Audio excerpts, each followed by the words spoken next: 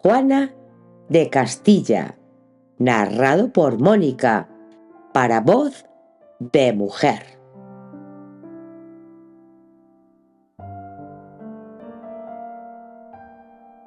Capítulo 7. Sospechas. Tordesillas. Una semana después. Perdonad, no quiero interrumpiros en la lectura. Solo deseaba que supierais que estoy aquí y que me quedaré unos días. Dice doña María de Ulloa, que se ha acercado a Hernán Duque, quien le he sentado al lado de la fuente del claustro. Bienvenida, doña María. Vos nunca molestáis. Qué contenta se pondrá doña Juana. ¿Ya la habéis visto? No, más tarde pasaré, pero antes quería veros a vos, porque es preciso que hablemos, Hernán. Ya me diréis a qué hora os viene bien. Ahora mismo me estáis inquietando, doña María. No, por favor, no os preocupéis, contesta doña María mirando de forma significativa a su alrededor. Sí, mejor pasemos dentro, aunque a esta hora no suele venir nadie, sugiere Hernán Duque. Siempre es preferible asegurarse, dice doña María. ¿Por qué tantas preocupaciones?, se pregunta Hernán Duque, que inmediatamente se responde a sí mismo. Seguro que está relacionado con la próxima visita de don Carlos. Doña María, que camina muy seria, va pensando que cuando antes hable con él, mejor. Es un tema desagradable y le resulta violento plantearlo, pero no le queda otro remedio. En más de una ocasión había escrito al cardenal Cisneros para contarle entusiasmada el cambio experimentado por la reina doña Juana desde la llegada a Tordesillas de Hernán Duque. Nuestra señora la reina se muestra muy pacífica desde que ocupa la jefatura de su casa el señor Hernán Duque, a quien Natura le ha dotado de una especial gracia para pacificar a las almas. Las salidas al campo también han sido muy provechosas, y de ellas vuelve Nuestra Señora con las mejillas arreboladas y el apetito mejorado. Sin embargo, ahora tenía que hacerse eco de las habladurías, y eso le duele. Doña María sabe que la mayoría de los vecinos de Tordesillas piensan como ella y se alegran de buen grado del estado de doña Juana, pero no todos son de la misma opinión. Mi querido Hernán Duque, estoy aquí porque el cardenal Cisneros me ha mandado venir para que observe vuestro comportamiento y el de la reina, para luego informarle. He querido decíroslo, porque si yo estuviera en vuestro lugar, me gustaría que me informaran, y porque creo en vos y no en los rumores. El tema es que al cardenal le han llegado informaciones en las que se afirma que aquí está sucediendo algo inapropiado. ¿A qué os referís?, pregunta angustiado Hernán Duque. Los comentarios dicen que habéis subyugado a la reina hablándole de amor y que por eso ella se arregla y comporta de forma distinta. Dios mío, la maldad de la gente no puede llegar a esos extremos.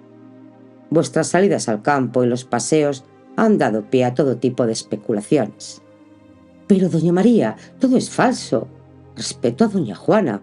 Os juro que jamás he alentado ni tenido respecto a ella ningún pensamiento carnal. Todo lo que hago es con la finalidad de que se encuentre bien.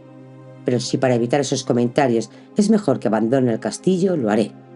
Porque si sigo aquí, mi comportamiento será el mismo. Si nuestras salidas a caballo son mal interpretadas, no las suprimiré, porque son importantes para la salud física y mental de la soberana. Yo os creo, asegura doña María.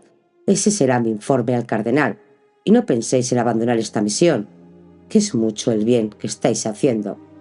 Muchas gracias, doña María. Vuestras palabras me animan. ¿Cómo se encuentra el cardenal?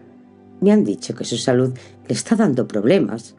Está muy delicado y tiene 80 años. Yo creo que intenta resistir hasta que llegue don Carlos a Castilla.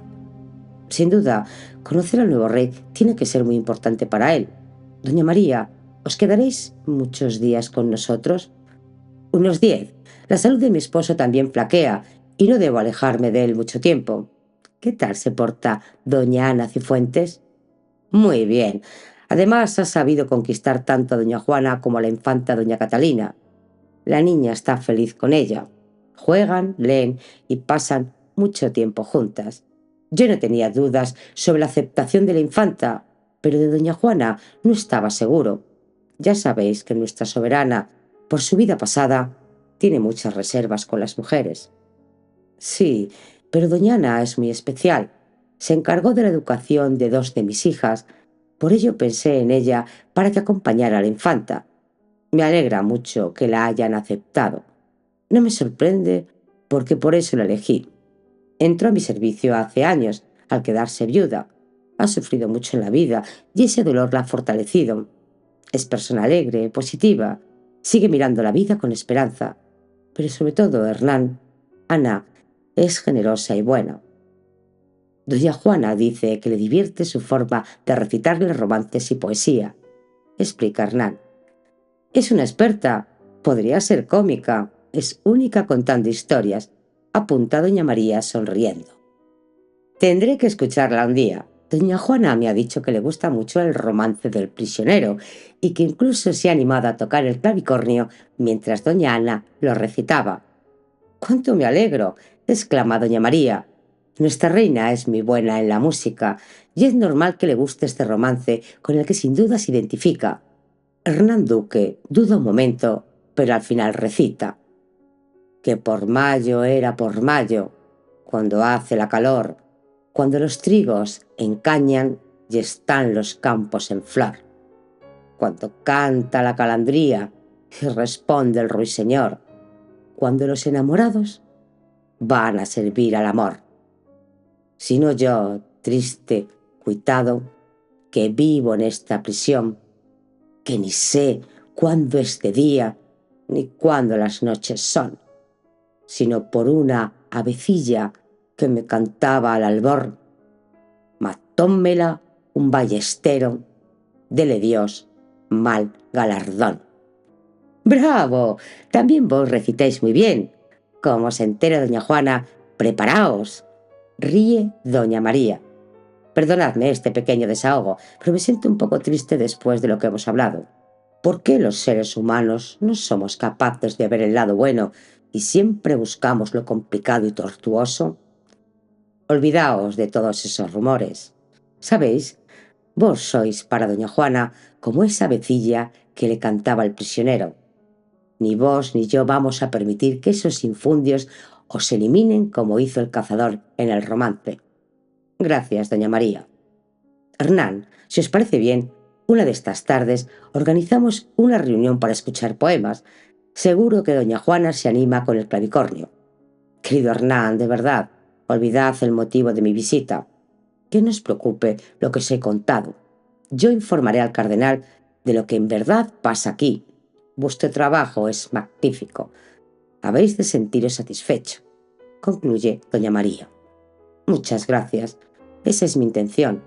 Pero decid al cardenal que puede disponer de mi persona en cualquier momento y que no olvide que mi verdadera vocación sigue siendo entregarme a Dios como fraile franciscano. Doña Juana se encuentra en la iglesia del monasterio. La acompañan su hija y doña Ana Cifuentes. Madre, creo que ha quedado muy bien. La iglesia parece ahora más importante, comenta la infanta. Sí, creo que hemos acertado. Este retablo merecía ocupar un lugar preferente y no en la pequeña capilla donde estaba olvidado, responde la reina. Doña Ana, ¿sabéis si don Juan de Flandes aún vive? No estoy segura, pero creo que sí. Era el pintor preferido de vuestra madre, la reina doña Isabel, ¿verdad? Se interesa doña Ana. Sí, era nuestro pintor de corte. Cuando yo nací, él ya vivía en Castilla. Es muy hermoso el retrato que hizo de mi madre. A ella le gustaba mucho la pintura. Recuerdo que encargaba trabajos a los mejores pintores flamencos del momento. Rogier van Weyden y Hans Melling pintaron varias tablas para ella.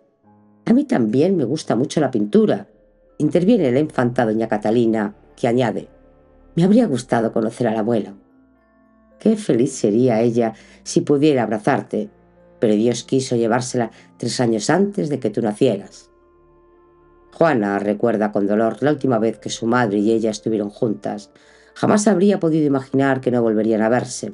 Más de 3 meses tardaron en decirle que la reina había muerto. Se lo comunicaron 2 días antes de los funerales celebrados en Bruselas. Unos funerales en los que doña Juana se le abrieron los ojos y pudo conocer los verdaderos intereses de su marido, el archiduque. 2 días duraron los funerales en memoria de la reina doña Isabel, celebrados en Santa Gúdula, en Bruselas. El templo en su interior aparecía cubierto de telas negras, con los escudos de armas de la soberana fallecida. La capilla ardiente medía 15 pies de largo por 12 de ancho y 52 de alto. Estaba dispuesta en 6 alturas, todas ellas decoradas con hermosas colgaduras bordadas en oros, grandes cirios, escudos y coronas. El cortejo estaba formado por 3 cancilleres de la Orden del Toisón, un rey de armas, acompañado de los condes de Nassau y Saint-Point. Un perseverante, que portaba una cota con las armas de doña Isabel, tomaba de la brida a un palafrén con guardrapas negras, y en la silla del caballo, sobre un terciopelo negro, la corona real custodiada por el duque de Clevés y el príncipe de Chimay. También formaban parte del cortejo 4 reyes de armas representando a Granada, Galicia, Castilla y León y varios arqueros vestidos de luto. Cerraban el desfile don Felipe, con capirote y un inmenso manto cuya cola era llevada por el caballerizo mayor, Claude de Bourg, y doña Juana, vestida de riguroso luto, quien iba acompañada de 2 obispos, embajadores del rey de Aragón, por una dama de honor y la vizcondesa de Tournes. Yo estaba situada al lado de Felipe en el altar, pero solo él fue proclamado rey. Cuando miré a mi esposo con la espada en alto y escuché «Viva don Felipe, rey de Castilla, de León, de Granada», pensé en mi madre. Eso no era lo que ella quería. La heredera propietaria de esos reinos era yo y no mi marido. En ese momento tomé la decisión de ponerme en manos de mi padre, el rey Fernando. Felipe intensificó el acoso al que me tenía sometida, aislándome de todos. La llegada a Bruselas de mi suegro, el emperador Maximiliano, suavizó un poco el ambiente y reanudamos una convivencia bastante normal. Acudí a cenas en honor de mi suegro y también recibía embajadores, pero yo ya había tomado mi decisión. Ni mi suegro, Maximiliano, ni Felipe, mi señor, iban a conseguir hacerme firmar ningún tipo de documento. No me fiaba de ellos. El encierro en mis habitaciones se endureció cuando mi esposo descubrió una carta en la que daba poderes a mi padre para que se ocupara del reino de Castilla mientras yo estuviera ausente. A partir de ese momento, Felipe me aisló de todas las personas de mi confianza. Incluso el doctor Lendey, que se ocupaba de mis nervios, dejó de atenderme. En los casi 2 años que transcurrieron entre el fallecimiento de la reina doña Isabel y el regreso de los príncipes a Castilla, no cesaron las intrigas y las argucias políticas. El archiduque Felipe, en cuanto conoció el testamento de su suegra, decidió que sería él quien se convertiría en el nuevo rey de Castilla y comenzó su estrategia. Entre sus planes figuraba aislar a Juana de todo y de todos, evitando cualquier tipo de comunicación con su padre. Y así empezó a cambiar paulatinamente a todas las personas de confianza de su esposa por otras que le eran fieles a él. La imagen que de doña Juana llegaría a Castilla sería la que él determinase. Incluso los embajadores españoles en la corte de Borgoña se mostraron poco decididos a defender a la heredera de sus reinos. Se sabe que el embajador Gómez de Fuensalida no entregó a doña Juana una carta de su padre, el rey Fernando, en la que le informaba de la precaria salud de su madre. Por su parte, el rey Fernando envió a la corte de Borgoña personas de su confianza para que le remitieran informes sobre el comportamiento de su hija. De todos era conocido el ambiente hostil en el que doña Juana vivía, atormentada por los celos y las costumbres de aquella sociedad, cuyos comportamientos eran mucho más permisivos que los de la corte castellana. Las infidelidades del archiduque sumían a doña Juana en periodos de postergación o de incontenida ira. El rey Fernando quiso utilizar el estado emocional de su hija para poder mostrar a las cortes y a toda Castilla que la heredera no reunía condiciones para ponerse al frente de los destinos del reino, y en ese sentido dio a conocer el informe que había elaborado Martín de Moxica, en el que se hablaba de forma exhaustiva del estado emocional de doña Juana cuando era presa de los celos. Las Cortes declararon entonces al rey Fernando administrador y gobernador del reino. En Bruselas se recibió con profunda preocupación la noticia de que las Cortes en Toro habían nombrado al rey Fernando gobernador del reino hasta que la pareja real llegara. El archiduque Felipe quería conseguir por todos los medios eliminar cualquier posibilidad de que el rey Fernando se convirtiera en regente. Así, se idearon fórmulas y argucias para desmontar la influencia de Fernando en Castilla. Una de ellas consistió en demostrar, cuando hacía un tiempo que pretendían todo lo contrario, que doña Juana no presentaba ningún tipo de problemas que le impidiera hacer frente a las labores de gobierno. Esta es la finalidad que se le puede dar a la carta que desde Flandes llegó a Castilla dirigida al señor Beiré, firmada por doña Juana y que sin duda es falsa. Una carta en la que doña Juana se expresaba así: Monsieur de Beiré. Hasta aquí no os he escrito porque ya veis de cuán mala voluntad lo hago. Mas pues allá me juzgan que tengo falta de seso. Razón es tomar en algo así. Como quiera que yo no me debo maravillar que se me levanten falsos testimonios, pues que a nuestro Señor que les levantaron. Pero por ser la cosa de tal calidad y maliciosamente dicha de tal tiempo, hablad con el rey y mi señor padre por parte mía, porque los que éstos publican no solo lo hacen contra mí, también contra su Alteza, porque no falta quien diga que le place de ello a causa de gobernar nuestros reinos, lo cual yo no creo, siendo su Alteza rey tan grande y tan católico, y yo su hija tan obediente. Bien sé que el rey mi señor, Felipe el Hermoso, escribió allá por justificarse, quejándose de mí en alguna manera, pero esto no debiera salir de entre padres e hijos, cuanto más que si en algo yo usé de pasión y dejé de tener el estado que convenía a mi dignidad. Notorio es que no fue otra causa sino celos, y no solo se halla en mí esta pasión, mas la reina mi señora, a quien dé Dios gloria, que fue tan excelente y escogida persona en el mundo, fue asimismo celosa, mas el tiempo saneó a su Alteza, como placerá a Dios que hará a mí.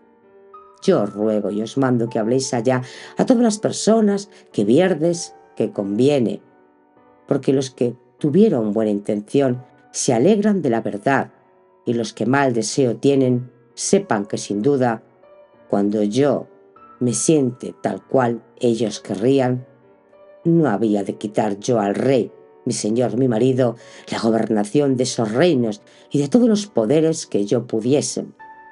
Así por el amor que le tengo, como por lo que conozco a su Alteza, y porque, conformándome con la razón, no podía dar la gobernación a otro de sus hijos y míos, de todas sus sucesiones, sin hacer lo que no debo. Y espero en Dios que muy presto seremos allá, donde me verán con mucho placer mis buenos súbditos y servidores. Dada en Bruselas a 3 días del mes de mayo, año de 1505. Yo, la reina. En esta carta sorprenden muchas cosas. Que doña Juana se disculpe ante un embajador por no escribir con mayor frecuencia resulta poco creíble. Que se haga eco de los comentarios en contra de su padre, en los que se acusa al rey Fernando de querer quedarse con el gobierno de Castilla. Es casi imposible tratándose de una hija de Isabel la Católica, teniendo en cuenta la educación recibida. Y que aluda a los celos que hubo de soportar su madre por las infidelidades de su padre es una prueba más de que la autora de la carta no es doña Juana. Y si tenemos en cuenta la finalidad de la misma, parece bastante evidente que es el archiduque Felipe el Hermoso quien está tras la misiva. Juana fue utilizada por los 2 hombres a los que más quería, que no titubearon ante nada con tal de conseguir el trono.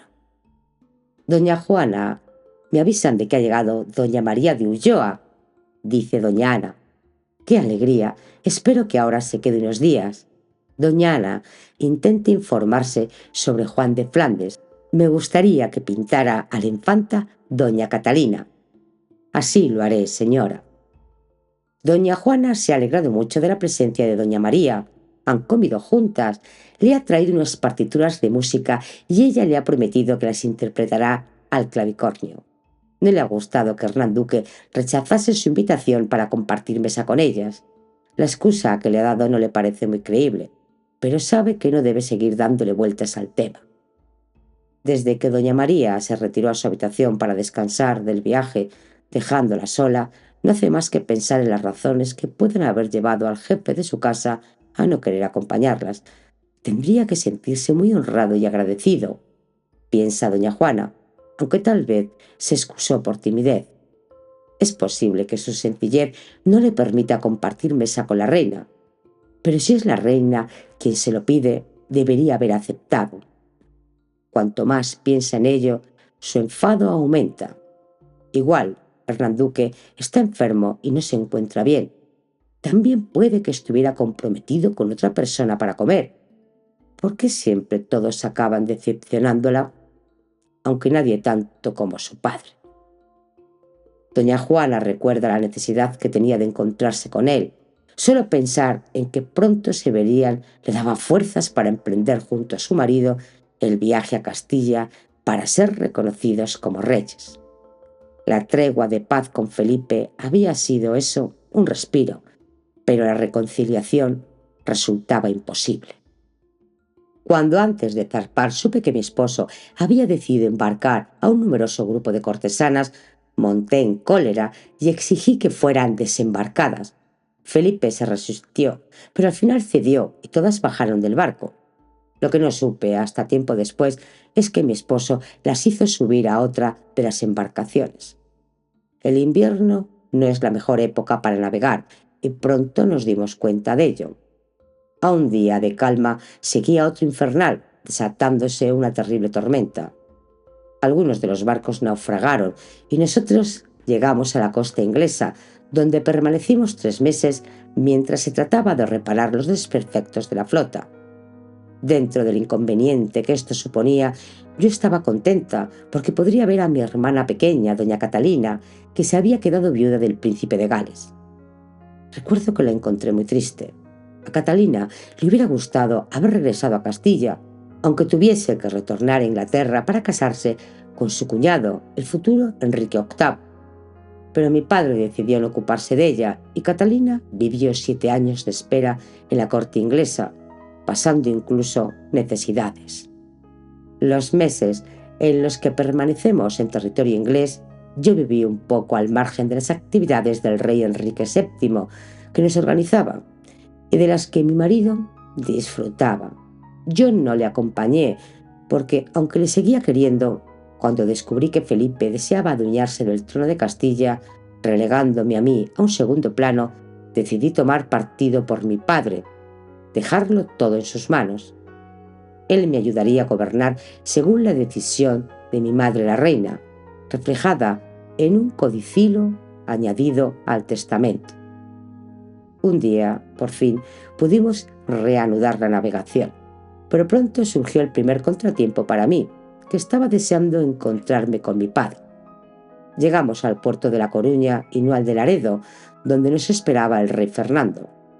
No pude evitar pensar que había sido así, porque Felipe deseaba retrasar el encuentro con mi padre. Mi entristecido corazón se alegraba al ver cómo nos recibían las ciudades y nos daban la bienvenida. La gente, el pueblo, nos mostraba su cariño y me pedían mercedes que yo no quería ni escuchar al no conocer la opinión de mi padre, el rey, sobre todo lo que demandaban. Y así, hasta llegar a Benavente, en cuyo castillo nos alojamos.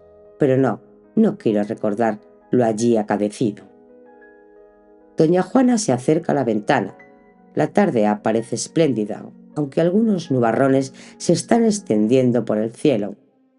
Llama a una de sus damas y le pide que avise para que ensillen uno de los caballos. Desea salir a dar un paseo. Hernán Duque, que había renunciado al honor de sentarse a la mesa de la reina, influenciado por los comentarios de los que le habían llegado de doña María de Ulloa, no se siente cómodo. Teme que doña Juana no haya entendido su negativa, por ello pasea por el claustro un tanto nervioso. Tal vez lo mejor sería haber aceptado, no puede vivir pendiente de los comentarios. Sí, lo más conveniente será que le pida disculpas. De pronto, uno de los criados llega corriendo. «Señor, doña Juana se ha presentado en las caballerizas, nos ha dicho que quiere salir». Hernán Duque sale de inmediato con el criado. Le sorprende que la reina no le haya comunicado su intención de pasear. Jamás lo ha hecho sola. «Señora, me han avisado de que queréis salir a cabalgar». «Así es. ¿Ya habéis terminado con ese asunto que teníais que despachar?» «Sí, de verdad que siento no haber podido acompañarlas en la comida, pero era urgente. Doña Juana, esta tarde será mejor que no salgamos». «¿Y cuál es la razón?» «Se cree que puede llover intensamente y las zonas cercanas al río corren peligro de inundarse». «Pero si luce el sol», exclama la reina. «De todas formas, me han informado de que en cualquier momento puede cambiar», afirma Hernán Duque. «Podemos salir y si comienza a llover, regresamos», insiste la reina. «Señora, es peligroso. Imaginad que empieza a llover. Dependiendo del lugar donde nos encontremos, en el regreso pueden aparecer los problemas. Lo mejor es que nos quedemos. No conviene arriesgarse sin ninguna necesidad». «Pero Hernán». «Lo siento, señora, no debemos salir. Está visto que hoy es mi día negativo. Pasaré la tarde sola». Doña Juana se va con gran dignidad, muy seria y sin dirigir la vista a nadie. Hernán Duque la mira pensativo. Siente no haberla complacido, pero las personas que le hablaron de la posibilidad de lluvias intensas son labradores y conocen a la perfección la climatología del lugar. Doña María de Ulloa se ha despertado por el incesante ruido de la lluvia que cae con mucha fuerza. Se pone una ligera capa sobre los hombros y se dirige a las habitaciones de la reina. Igual le apetece jugar al ajedrez. Se sorprende al no ver a ninguna de las damas que siempre permanecen en la antesala cuando doña Juana se encuentra en sus aposentos. Claro que pueden estar dentro con la soberana. Llama a la puerta, pero no obtiene ninguna respuesta. La abre y la estancia está vacía. Regresa entonces a sus habitaciones. En el camino se encuentra con Hernán Duque, al que le pregunta si sabe dónde puede estar doña Juana. «En sus aposentos. Me dijo que pasaría la tarde sola». «Pues allí no está», dice doña María, asustada al ver la reacción de Hernán Duque, que sale corriendo en dirección a las caballerizas. A duras penas consigue seguirlo. Hernán Duque no necesita preguntar. Inmediatamente se da cuenta de que el caballo de la soberana no está. Mientras ensilla el suyo, pregunta a gritos: «¿A qué hora se ha ido?» «Hace casi una hora, señor». «¿Por qué no me han avisado?» Sin esperar respuestas, sale al galope. Doña María se queda unos segundos parada. De pronto: «Prepárenme un caballo y acompáñenme», les dice a los caballerizos y a otros 3 criados que en aquel momento se encuentran allí. «Vamos a seguirlo. Nos puede necesitar». Hernán Duque teme lo peor. No sabe muy bien a qué lugar dirigirse. Son varios los que le gustan a doña Juana. Al final se decide por el recodo al que la había llevado la semana anterior. Confía en que doña Juana haya reaccionado a tiempo, pero es bastante improbable porque llueve de una forma que apenas se divisa el camino. Tenía que haber estado más vigilante. Hoy no es un buen día para doña Juana. Se siente contrariada por todo y quiere hacer valer su autoridad. Hernán Duque rehúye pensar en la posibilidad de que le haya sucedido algo. Nunca se lo perdonaría.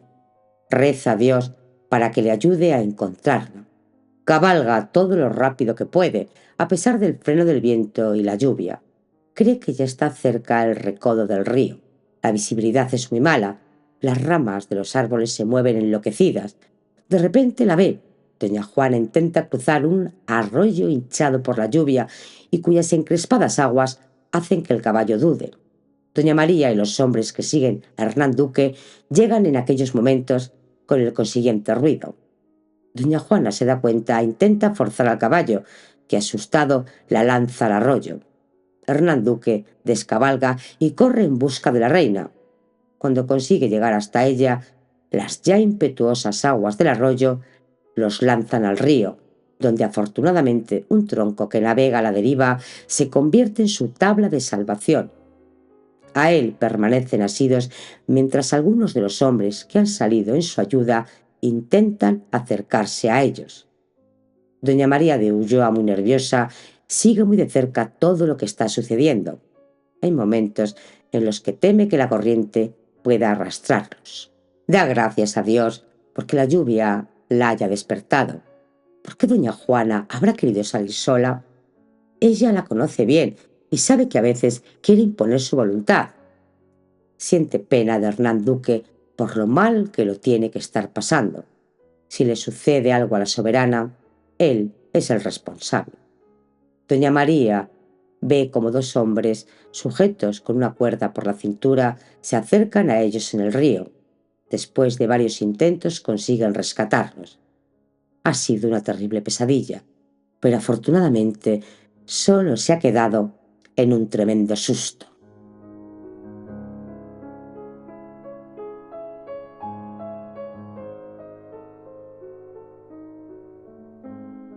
Capítulo 8. Después de la tormenta. Tordesillas. Señora, ¿habéis descansado bien? Muy bien. He dormido mejor que otras noches, gracias, Ana. ¿Habéis visto a don Hernán Duque? Preguntó doña Juana. Creo que no se encuentra bien. El doctor ha ido a su habitación. ¿Pero qué es lo que tiene? Parece que un fuerte resfriado. Dicen que casi no puede respirar, contesta Ana Cifuentes preocupada. Ayudadme a vestirme. Quiero pasar inmediatamente a verlo, exclama doña Juana.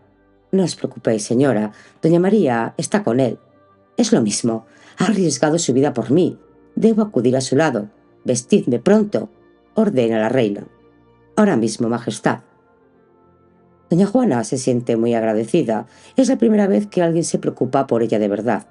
Ha recibido tantos desplantes en la vida, nunca podrá entender el comportamiento de su padre en Benavente. Deseaba tanto encontrarme con él. A pesar de sus gestos poco afectuosos hacia mí, seguía confiando en mi padre, pero mi esperanza era vana. En Benavente también me rechazó, y entonces sí que necesitaba su ayuda. Dios mío, mi madre había muerto y mi padre me privó del consuelo de hablar con él. No pude darle un abrazo después de mi regreso de Flandes. No quiero recordar, pero cuando alguien me dijo que mi padre y mi esposo estaban reunidos a mis espaldas, me sentí tan furiosa que tomé el primer caballo con el que me encontré y salí al galope hasta que el animal no pudo más. Villafáfila. No, ese nombre no. No quiero pensar. No quiero más fantasmas en mi mente. En Villafáfila, Zamora, el 27 de junio de 1506, se firmó el acuerdo entre el rey Fernando el Católico y su yerno el archiduque Felipe el Hermoso para incapacitar a la reina doña Juana. Fernando se retiraba a Aragón, pero recibiría ventajas económicas sobre el erario de Castilla y seguía siendo maestre de las 3 órdenes militares castellanas: Santiago, Alcántara y Calatrava. Felipe se convertía en rey de Castilla. No importaba que la última voluntad de la reina católica se incumpliera. Ella, bien conocedora de lo difícil que era para una mujer gobernar, y no queriendo que el reino cayera en manos del marido de su hija, que era extranjero y que tenía su corazón en otro lugar, dispuso en una cláusula de su testamento que si su heredera, la princesa doña Juana, estuviera ausente de sus reinos o no pudiese gobernarlos, lo hiciera por ella su padre, el rey Fernando, hasta que el hijo de la princesa, el príncipe Carlos, cumpliera los 20 años y asumiera entonces el gobierno de estos reinos. En Villafáfila, el rey Fernando renunció a la posible regencia que le confería el codicilo del testamento de la reina Isabel. ¿Qué había sucedido para que su suegro y yerno, los dos aspirantes a gobernar Castilla, llegaran a un acuerdo? ¿Qué había sucedido para que el rey Fernando se mostrara de acuerdo en no cumplir la última voluntad de su esposa? La reina católica había confiado en él para que preservara Castilla de intereses extranjeros. ¿Qué les había movido a llegar a aquel abrazo en la que los dos hombres estaban de acuerdo en sacrificar a doña Juana considerándola perturbada cuando hasta ese momento su marido pregonaba su cordura? Suegro y yerno habían comenzado su batalla diplomática nada más conocerse el testamento de la reina. Ambos aspiraban a hacerse con el poder por el medio que fuera y pusieron en juego todas sus habilidades políticas. Al final, el vencedor sería el flamenco, gracias a la ayuda de un sector importante de la nobleza castellana, encabezado por su privado don Juan Manuel, señor de Belmonte, principal muñidor de toda la trama que Felipe el Hermoso llevó a cabo. Una trama orquestada por la compra de voluntades, método tan antiguo como la vida misma. El señor Beire, embajador del archiduque, fue el encargado de entrevistarse con los altos cargos de la jerarquía eclesiástica y con los más destacados miembros de la nobleza castellana, a los que hizo entrega de cartas.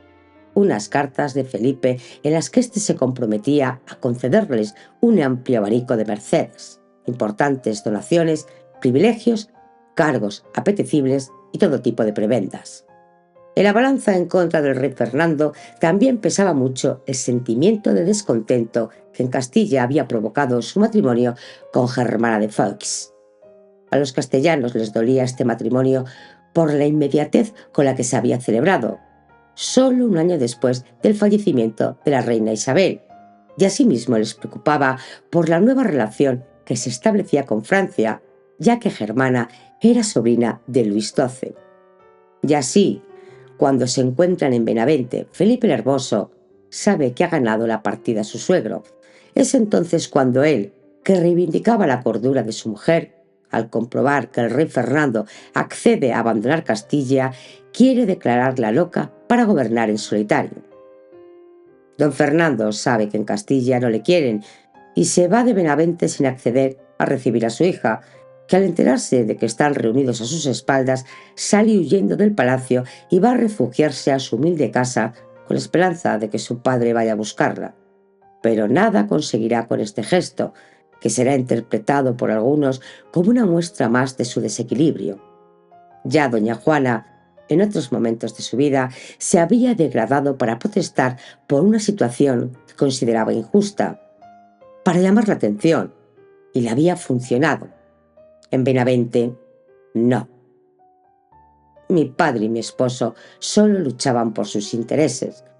Los dos hombres a los que más quería deseaban aprovecharse de mí, pero no consiguieron que las Cortes de Castilla me inhabilitaran.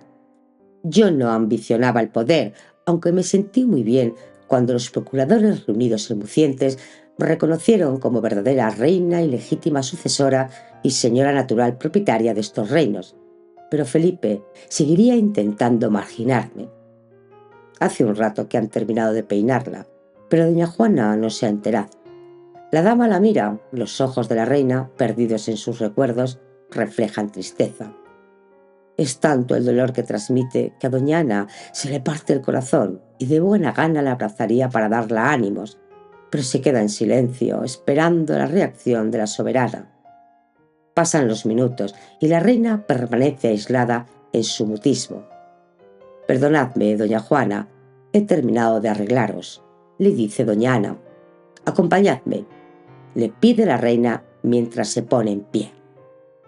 «¿De verdad la reina se encuentra bien?», pregunta Hernán Duque a doña María de Ulloa. «La naturaleza de doña Juana es muy fuerte, siempre ha dado buena prueba de ello. Después de haber estado más de una hora completamente empapada ayer, no se ha resfriado ni siquiera un poquito», dice sonriendo doña María. «Me alegro mucho, prefiero ser yo el enfermo». «Doña María, he pensado mucho en la reacción de la reina. Tenía que haber seguido mi consejo. Pude haber perdido la vida. No quiero ni pensarlo. Tendré que limitar un poco su libertad. No soy nadie para darle consejos, pero no creo que esa sea una medida eficaz. Está mal lo que hizo, pero tenemos que tener en cuenta que es la reina y que cuando se la contradice quiere hacer valer su poder y ser ella quien decida. Es posible que tengáis razón, pero a veces me desconcierta. Puede que los cambios de la luna influyan en el carácter de Nuestra Señora, no lo sé». «Pues estos días la luna no ha cambiado de fase», apunta doña María y añade: «He escrito al cardenal Cisneros». Ante el silencio de Hernán Duque, que no hace ningún tipo de comentario, doña María continúa. ¿No os interesa saber lo que le digo? Si vos tenéis a bien comentármelo. Le he dicho que vuestra elección como jefe de la casa de doña Juana ha sido y es perfecta, que todos esos rumores que hasta él han llegado son falsos. Le pido que os mantenga en el cargo, pues es mucho el bien que le hacéis a vuestra reina. Muchas gracias, doña María. Ya conocéis cuál es mi aspiración, pero mientras sea útil y el cardenal esté de acuerdo, aquí seguiré. Unos golpes en la puerta preceden a la entrada de doña Ana Cifuentes, que anuncia la llegada de doña Juana. Hernán Duque intenta incorporarse, pero la reina se lo impide poniendo una mano en su hombro. Quedaos quieto. ¿Qué os ha dicho el doctor? Se interesa doña Juana, que pasa su mano por la frente del enfermo, lo que la hace exclamar. «¿Tenéis calentura?» Sí, he pasado toda la noche sudando. El doctor me ha recomendado seguir en el lecho y ponerme cataplasmas. Yo me ocuparé de ello, asegura la reina. Por favor, dice Hernán Duque, no os molestéis. Me atienden muy bien. No protestéis porque no os haré caso. Yo me ocuparé. Si os encontráis en esta situación es por mi causa. Me habéis salvado la vida. Debería haceros entrega de algún título. De no haber sido por vos, me habría arrastrado la corriente y sabe Dios dónde estaría ahora. Le contesta doña Juana sonriendo. Solo he cumplido con mi deber, y vos, señora, tendríais que haber escuchado mis consejos. Una fuerte tos le acomete de pronto. Doña Juana se dirige entonces a doña María. ¿No sería conveniente que lo viera otro médico? Esa tos asusta. Podéis intentarlo. Pues hagámoslo, doña María. Hernán Duque, que se siente violento ante las atenciones de la soberana, dice con un hilo de voz. Señora, no debéis preocuparos. Dentro de muy poco me encontraré muy bien. De hecho, creo que ya he mejorado. Lo que tenéis que hacer es descansar. Me quedaré aquí. Doña María, por favor, organizad que venga otro doctor. Siempre es bueno conocer más de una opinión, asegura doña Juana. Doña María de Ulloa sale de la habitación y doña Juana se queda a solas con el jefe de su casa. Descansad tranquilo, no os preocupéis por mí, me sentaré cerca de la ventana hasta que vuelva doña María. Me quedo a vuestro lado por si necesitáis algo. Muchas gracias, señora. Se me había olvidado comentaros que el almirante de Castilla vendrá a veros la semana que viene. ¡Qué alegría! Me agrada mucho volver a ver a don Fradique Enríquez. Tengo muy buenos recuerdos de él. El almirante de Castilla, don Fadrique Enríquez, conocía bien a doña Juana. Había viajado con ella, al frente de su corte, en el primer viaje a Flandes. Tal vez por ello exigió hablar con la reina antes de las Cortes de Mucientes. Poco después de haber firmado el acuerdo en Villafáfila, el archiduque Felipe intentó por todos los medios que los procuradores castellanos declararan que el estado mental de doña Juana la inhabilitara para hacerse cargo del gobierno del reino. Contrariado, comprueba cómo sus gestiones no obtienen el resultado deseado y además se encuentra con la inesperada reacción del almirante de Castilla, que le exige entrevistarse con doña Juana porque no cree en la locura de la que habla el archiduque. Varios son los encuentros que el almirante, junto con Pedro López de Padilla, mantiene con la soberana. Incluso doña Juana asiste a la reunión de las Cortes celebrada en Mucientes. Al final, los nobles castellanos mostraron su total desacuerdo con el aislamiento al que su marido quería someter a la reina, asegurando que no habían observado en doña Juana ningún signo de insania, con lo cual consideraban que estaba capacitada para asumir el gobierno del reino. Después de que las Cortes de Mucientes se negaran a inhabilitar a doña Juana, declarándola heredera y en condiciones de gobernar, el archiduque Felipe consiguió reconducir la situación a su favor al lograr que las Cortes permanecieran en Valladolid y no se trasladaran a Toledo, como doña Juana quería. En julio de 1506, los reyes de Castilla, León y Granada, doña Juana y don Felipe, entraron en Valladolid bajo palio. Unos días más tarde, las Cortes confirmaban en su declaración a doña Juana como soberana. reina verdadera y legítima sucesora y señora natural, propietaria de estos dichos reinos y señoríos. A don Felipe como rey verdadero y legítimo señor, como a su legítimo marido de la dicha reina doña Juana, Nuestra Señora. En esa misma sesión, las Cortes nombraron al primer hijo de doña Juana, Carlos, su legítimo sucesor. A don Felipe lo reconocieron como el rey y señor y propietario de estos dichos reinos. Felipe ya se encontraba legitimado para gobernar en Castilla. Su primera decisión fue trasladarse con toda la corte a Burgos. La casa del Condor se convertirá en la residencia real. Doña María de Ulloa entra sin hacer ruido en la habitación de Hernán Duque, que éste duerme. Se acerca a la reina, que con la mirada perdida permanece inmóvil. No se ha enterado de su presencia. «Perdonad, doña Juana, ya he mandado avisar a un nuevo doctor». «Muchas gracias. No llegará hasta dentro de unas horas. ¿Os apetece que demos un paseo por el claustro? La temperatura es buena», le cuenta doña María. «¿Lo vamos a dejar solo? Le cuesta respirar. Escuchad, me da miedo que le suceda algo», confiesa la reina muy preocupada. «Estad tranquila, señora, le vendrá bien descansar. Ya he dejado dicho que cuando llegue el doctor nos avise». «Está bien. Vamos». Capítulo 9. Lenta recuperación. Tordesillas. «No entiendo cómo un simple resfriado me ha podido afectar de tal forma», dice Hernán Duque. «Nunca se sabe. Tal vez los nervios y la tensión del momento influyeron, pero lo importante es que la recuperación va muy bien. Dentro de 1 o 2 días ya podréis hacer vida normal», lo anima doña María de Ulloa. Se encuentran sentados en uno de los patios del palacio. La temperatura es muy agradable. Los últimos rayos del sol tintan las paredes de una luz muy especial. «Me encuentro abrumado con las atenciones que me ha dispensado Nuestra Señora la Reina», manifiesta Hernán Duque. «Os aprecia muchísimo y no quería que os faltara de nada. Doña Juana se entrega cuando quiere.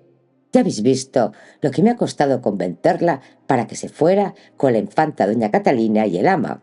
No quería dejaros solo. Es verdad que ella se culpa de lo que os ha sucedido. Ya sentía por ella un gran afecto, pero ahora mucho más. Doña María, ¿hace mucho que os conocéis?» «Sí, yo estuve a su lado desde que se estableció la corte en Burgos. Aún puedo recordar con toda nitidez su llegada a la ciudad». «Contadme», pide Hernán Duque. Corría el mes de septiembre cuando llegaron a Burgos. La ciudad aparecía bellamente engalanada. Don Felipe y doña Juana hicieron su entrada en la catedral, siendo recibidos por el obispo Pascual de Ampudia. Doña Juana parecía ausente. Muchas veces hablé con ella de esa jornada y le conté la impresión que me había causado. «Estaba allí», me dijo, en contra de su voluntad. Doña Juana sabía que a don Felipe no le quedaba otra opción. Debía compartir los actos oficiales con ella. Pero en la intimidad ya era otra historia.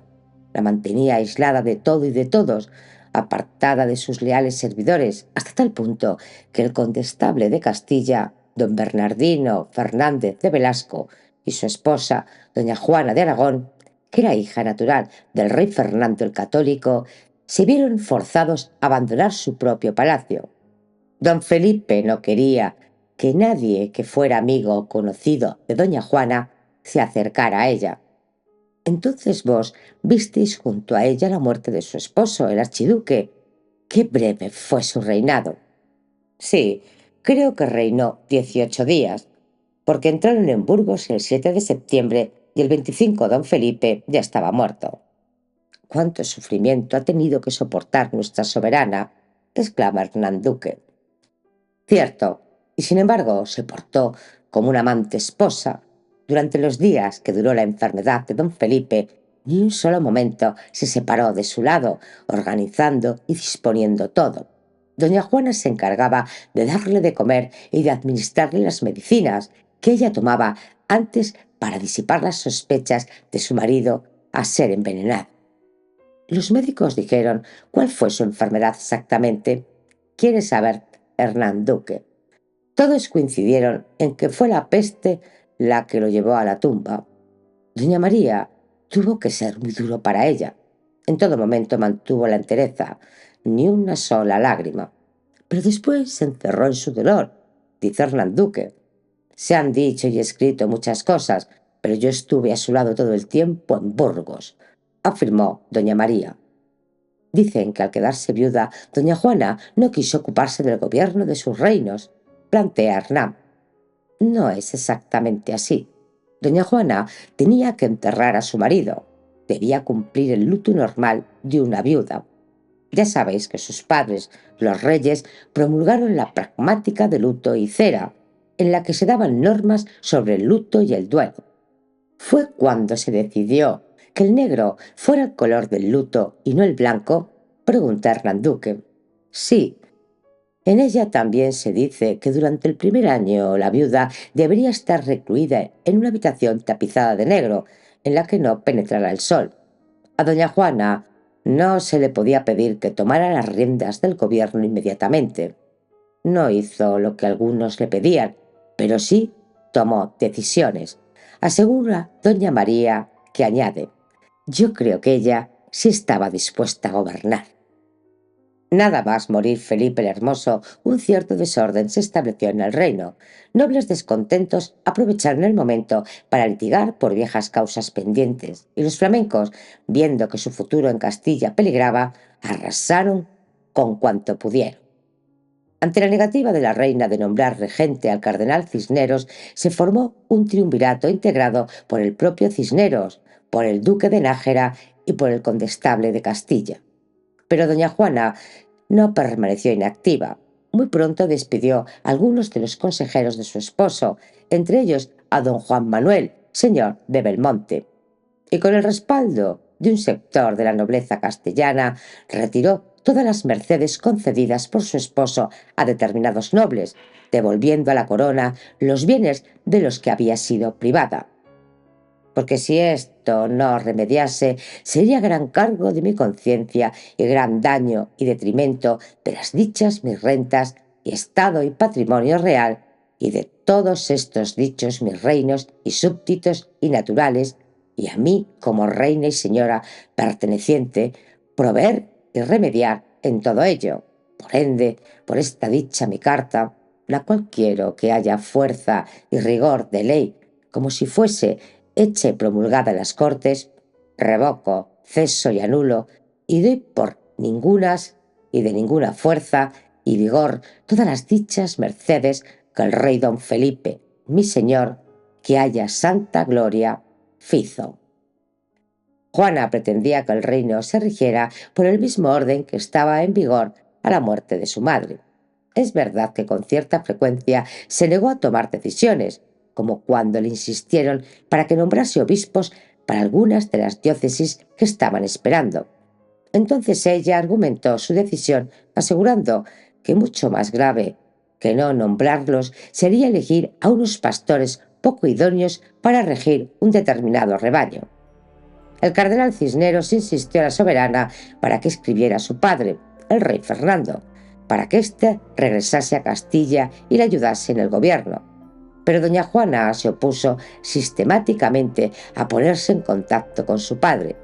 Al final fue el propio cardenal quien escribió al rey católico que se encontraba en Nápoles. Doña María, no sé si compartís mi opinión, pero con lo que me está contando se afianza en mí la idea de que doña Juana nunca contó con nadie que la ayudara, que tratara de comprenderla. Tenéis mucha razón, yo pienso lo mismo. Querido Hernán, ¿no os habéis preguntado alguna vez por qué tiene que vivir encerrada? Es verdad que hace unos días cometió una imprudencia que pudo tener consecuencias graves, pero ¿quién no ha cometido errores tratando de imponer su voluntad alguna vez? Antes hablábamos de su comportamiento después de la muerte de su esposo. Ella no se negó a gobernar, sí se negó a nombrar regente a Cisneros, y no lo hizo porque quisiera que fuera su padre. ya que cuando el propio Cisneros le pidió que escribiera al rey Fernando para que viniera a Castilla, ella no le hizo caso. Jamás le escribió. ¿Qué quieres decir? Pues eso, en lo que vos y yo estamos de acuerdo, en que no quisieron ayudarla. Llamaron a su padre, que se encontraba en Nápoles. Sí, ya sé que posiblemente doña Juana no está capacitada o no quiera dedicarse a gobernar el reino, pero jamás renunciará a la herencia de su madre. Ella será la reina hasta que muera. Antes aludíais a su encierro. Doña María, ¿por qué creéis que la tienen recluida? Veréis, pienso que los que dirigen el reino en su nombre tienen miedo de la influencia que algunos nobles pueden ejercer en la soberana y que ésta les quite el poder, porque la reina y señora de Castilla y León, Granada, es doña Juana. No sabe cómo me interesa todo lo que me contáis, pero se ha hecho un poco tarde. No quiero entreteneros más. Doña María, otro día tenéis que explicarme algunos aspectos del peregrinaje con el ataúd de su marido. Yo iba con ella, Hernán. Le acompaño a su cuarto y de camino seguimos hablando. Muchas gracias. Se han dicho tantas cosas, algunas muy difíciles de creer. ¿Os referís a cuando se afirma que cada vez que se detenía la comitiva, doña Juana ordenaba subir el ataúd para besar los pies de su amado esposo? Pregunta doña María. Por ejemplo, no, Hernán, eso no es verdad. Se han vertido muchas mentiras. Doña Juana no ordenaba abrir el féretro, solo se hizo cuando abandonamos la Cartuja. Como sabéis, el cuerpo de don Felipe fue sepultado provisionalmente en la Cartuja de Miraflores, en Burgos, en espera de poder trasladarlo a Granada, ya que él había manifestado su interés de ser enterrado en el mismo lugar en el que reposaba la reina, doña Isabel. Doña Juana, que solía acudir cada 3 días a ofrecer misa por su eterno descanso, estaba dispuesta a cumplir la última voluntad de su esposo. Cuando a finales de diciembre la situación ya se hizo insostenible ante la llegada de la peste a Burgos, la reina y la corte debían trasladarse y doña Juana pensó que ese era el momento para iniciar el camino hacia el sur. Por eso mandó desenterrar a su marido. ¿De verdad pensaba llegar a Granada?, preguntó Hernán. No, pero sí acercarse. Además, no quería irse y dejar el cadáver del rey, apuntó doña María. Resulta cuanto menos sorprendente. ¿Temía que lo robaran? Pues aunque os parezca extraño, doña Juana sí albergaba sospechas de que los afines al archiduque Felipe querían llevarse el cadáver a Flandes.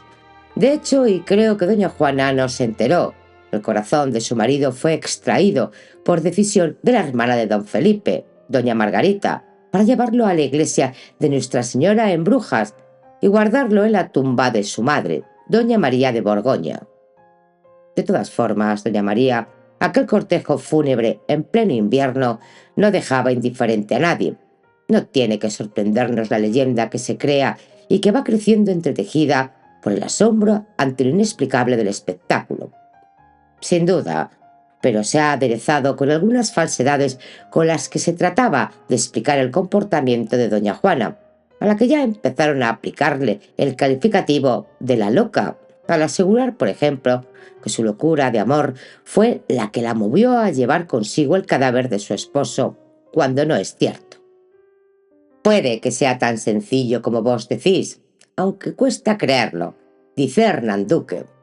Además de intentar evitar el robo, la reina también podía perseguir otros fines.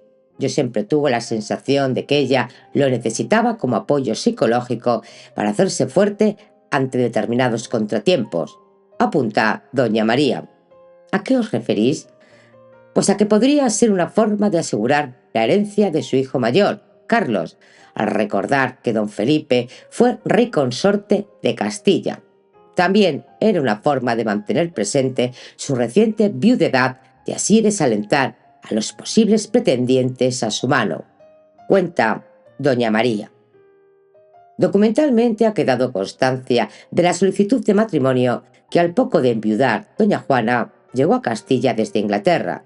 el rey Enrique VII había quedado prendado de la reina castellana, a la que conoció durante la estancia de doña Juana en la corte inglesa, cuando el mal estado del mar había obligado a los archiduques a recalar en las costas inglesas. Otros pretendientes fueron Gastón de Foix y el duque de Calabria. Es muy probable que doña Juana fuera consciente de lo difícil que resultaba que todos los reinos aceptasen el gobierno de una mujer y que conociera a perfección los riesgos que para la herencia de su hijo podría acarrear un nuevo matrimonio. Una antepasada suya, doña Urraca, reina de León, para poder gobernar tuvo que volver a casarse después de enviudar. Su nuevo esposo hizo introducir una cláusula en el testamento en la que se recogía que el heredero del reino sería el hijo nacido del matrimonio y no el que ya existía del anterior enlace de doña Urraca. Puede que estos razonamientos influyeran en el ánimo de doña Juana, porque todos los intentos para que volviera a contraer matrimonio resultaron inútiles. Doña María, una curiosidad que tengo. Es verdad que se pasaron una noche bajo las estrellas con el ataúd, porque el monasterio cercano era de monjas y doña Juana quería evitar el contacto con las mujeres. Es verdad que pasamos la noche al descubierto, pero ya sabéis que se habla de todo y se dan opiniones sin conocer a fondo la verdad.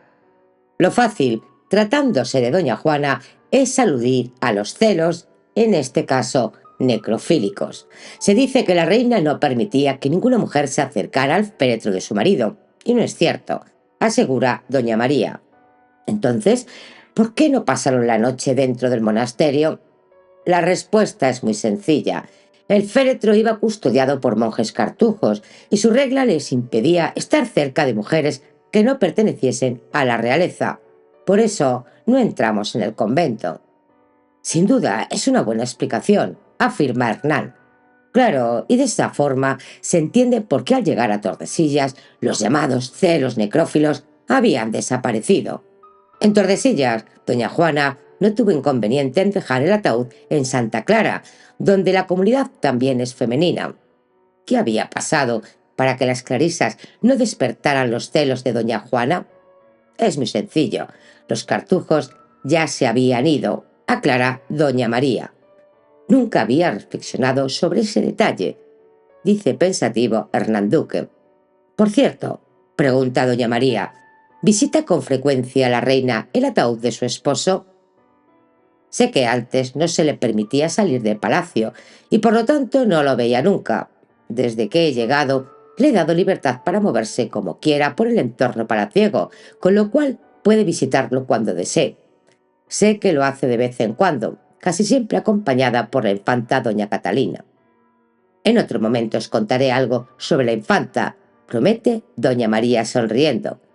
Tenéis que pasar más temporadas con nosotros. No sabéis cómo os agradezco vuestra confianza, dice Hernán Duque.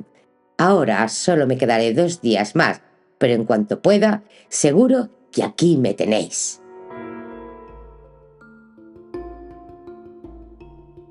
Capítulo 10. Sonrisas en palacio. Tordesillas. Doña María de Ulloa camina por el pasillo hacia la habitación de la infanta doña Catalina. Ha pasado por los aposentos de la reina, pero le han dicho que se encontraba con su hijo y con doña Ana Cifuentes. Unas sonoras carcajadas lo inundan todo. Doña María identifica la risa de la soberana. Hace años que no se la escucha reír, ni siquiera la ha visto sonreír. ¿Qué será lo que le hace tanta gracia? Parece evidente que doña Ana les habrá contado alguna historia divertida. Doña María de Ulloa se alegra de haber pensado en su amiga para enviarla a Tordesillas. Al entrar en la habitación, doña María no puede por menos de sonreír al ver a doña Juana, que con unas piedrecitas en la mano, a punto de tirarlas sobre un tablero de cuadros que han colocado en el suelo, está diciendo: «Sí, sí, reíros ahora de mí. Ya veremos cuántas acertáis vosotras. Venga, decidme un número». «4 en el negro», apunta doña Catalina. «Yo me inclino por 3 en blanco», dice doña Ana. «O sea que creéis que lanzaré 2 fuera», ríe doña Juana. «También puede ser que se quede mitad en el cuadro blanco, mitad en el negro. Y si es así, ya sabéis que hemos decidido que no cuentan. aclara la infanta doña Catalina, que mirando a su madre con picardía le dice: «¿Y no valen las trampas?». «Eso tenedlo presente vosotras», contesta la reina, que descubriendo a doña María de Ulloa, que acaba de entrar, la llama. «Llegáis justo a tiempo para apostar. Ya conocéis el juego, ¿verdad? Aunque vos sois más de ajedrez». «Bueno, en esta ocasión me conformaré con el tablero que os sirve de escenario. Yo digo que serán 7 las que caerán en el blanco». «Perfecto», exclama doña Juana, que divertida lanza las piedras. «¿Y si nos tomamos unas torrijas para reponer fuerzas?», propone doña Ana Cifuentes. «Muy bien», dice la reina. «Yo, si hay orejones, también me los tomaría», interviene la infanta doña Catalina.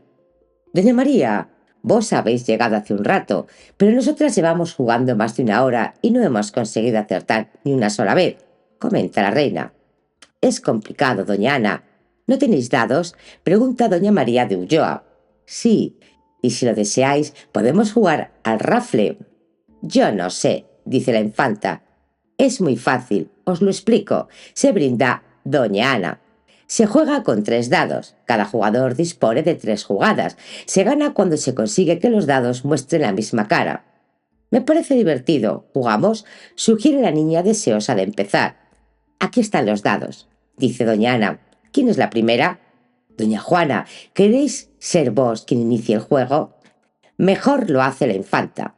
Doña Catalina mira con atención los dados, los toma en sus manos y cerrando sus ojos los lanza.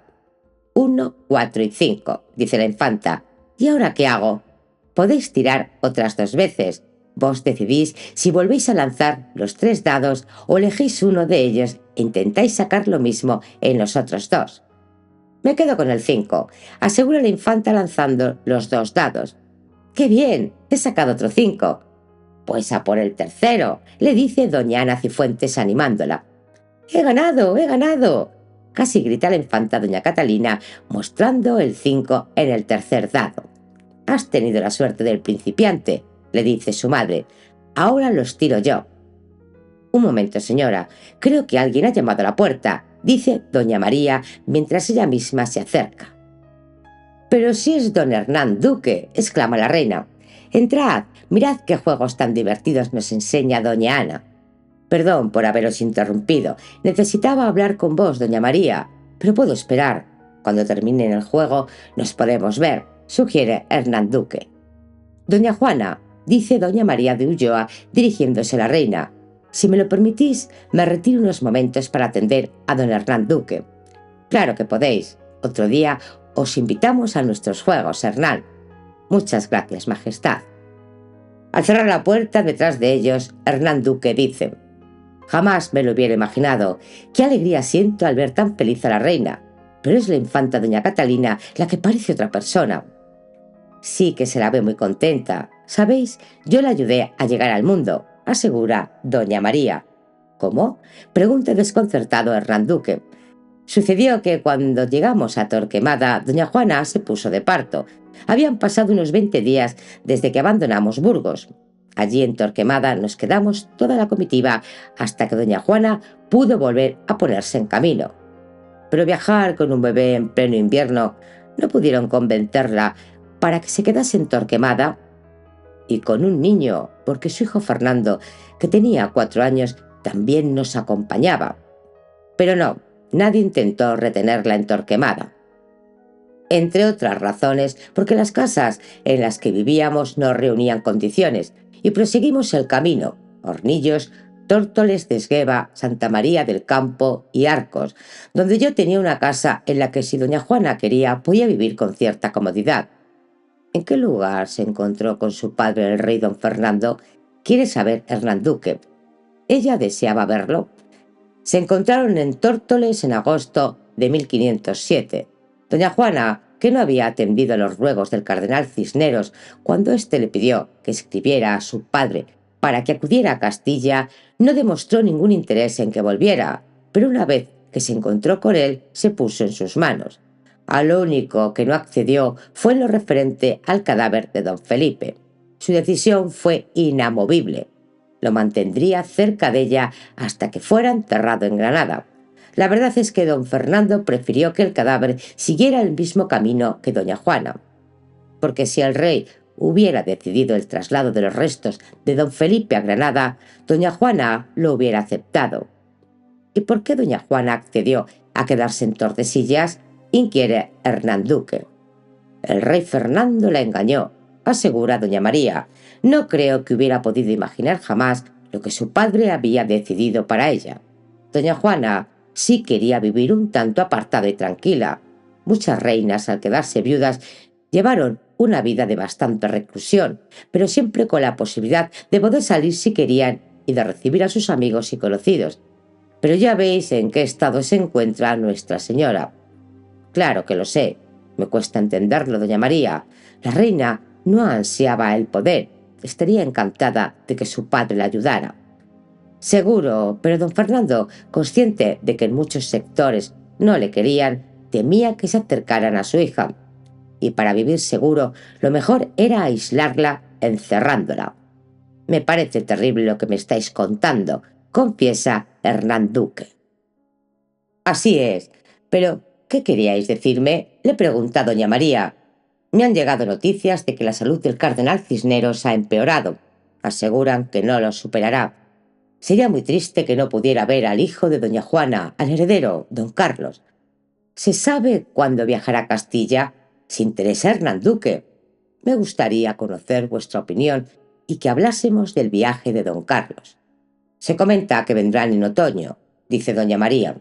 ¿Cómo creéis que será acogido por la nobleza?, quiere saber Hernán Duque. Cisneros lo ha dejado claro, pero creo que hay muchos nobles que siguen sin aceptar que don Carlos se haya proclamado rey viviendo su madre. En su testamento, Fernando el Católico nombró a su hija heredera legítima de Aragón, Navarra, Nápoles y Sicilia, pero como consideraba que no se encontraba en condiciones de asumir el gobierno, designó a dos regentes, Jiménez de Cisneros, regente de Castilla, y a su hijo natural, don Alfonso, arzobispo de Zaragoza, regente de la corona de Aragón. Sin embargo, la ley de Aragón, aplicada por la justicia mayor, Juana Llanuza, impidió que se cumpliera esta disposición testamentaria del rey Fernando, quedando el cardenal Cisneros como único regente.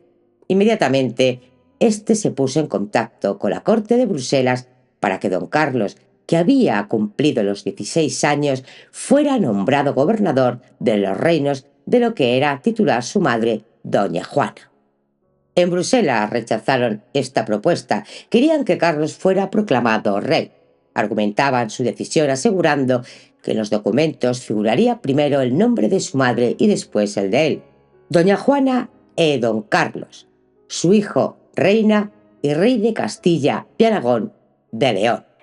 Al principio el cardenal Cisneros no aceptó la postura mantenida por los flamencos, pero luego, evaluando sabe Dios qué factores, se convirtió en defensor de esta medida, y así se le comunicó al Consejo Real y a los miembros de la nobleza.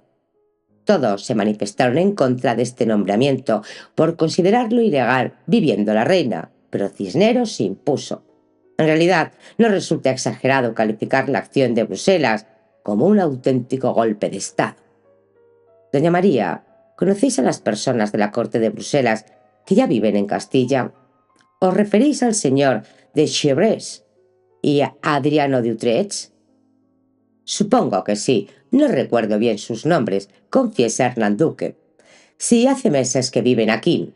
Ellos son, dicen, los hombres de confianza de don Carlos y los encargados de preparar su recibimiento en Castilla. Tendré que informar a doña Juana de la llegada de su hijo, plantea Hernán Duque, porque vendrá a visitarla, ¿verdad? No me cabe duda. Os avisarán con tiempo. Habrá que hacer arreglos y adecuar algunas habitaciones, porque me imagino que don Carlos se quedará en el palacio, apunta doña María. Contaremos con vuestra ayuda. Por supuesto, en el momento en que conozcamos la fecha, me desplazaré con tiempo suficiente para trabajar en los preparativos. Doña María, ¿cómo creéis que reaccionará don Carlos al ver a su madre? ¿Le dará mayor libertad? ¿Se ocupará más de ella? No lo sé. Esperemos que sí, contesta doña María. Mañana os vais, ¿verdad? Sí, me iré temprano. esta noche pasaré a despedirme de doña Juana. Aunque ya os lo haya dicho, querido Hernán, lo seguiré repitiendo. Habéis conseguido algo que me parecía imposible. Doña Juana parece otra persona. ¿La habéis visto esta tarde? Sí, sí que me ha sorprendido, pero todo es gracias a doña Ana Cifuentes. Recemos para que todo siga igual. Pide doña María de Ulloa.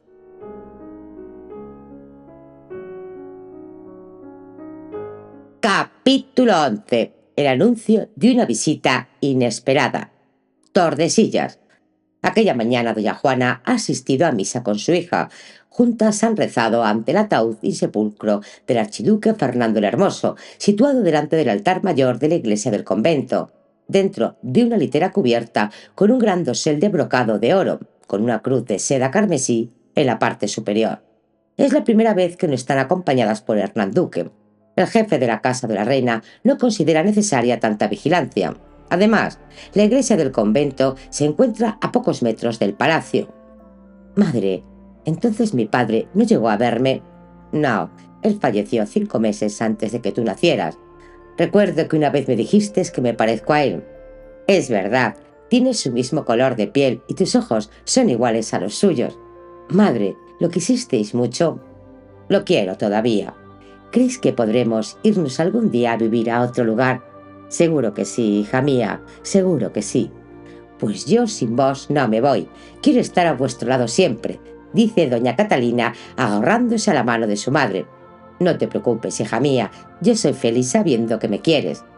He pensado, dice la infanta, que ahora que el jefe de la casa es bueno con nosotras, podríais pedirle que me dejara, aunque solo sea una mañana, salir al pueblo.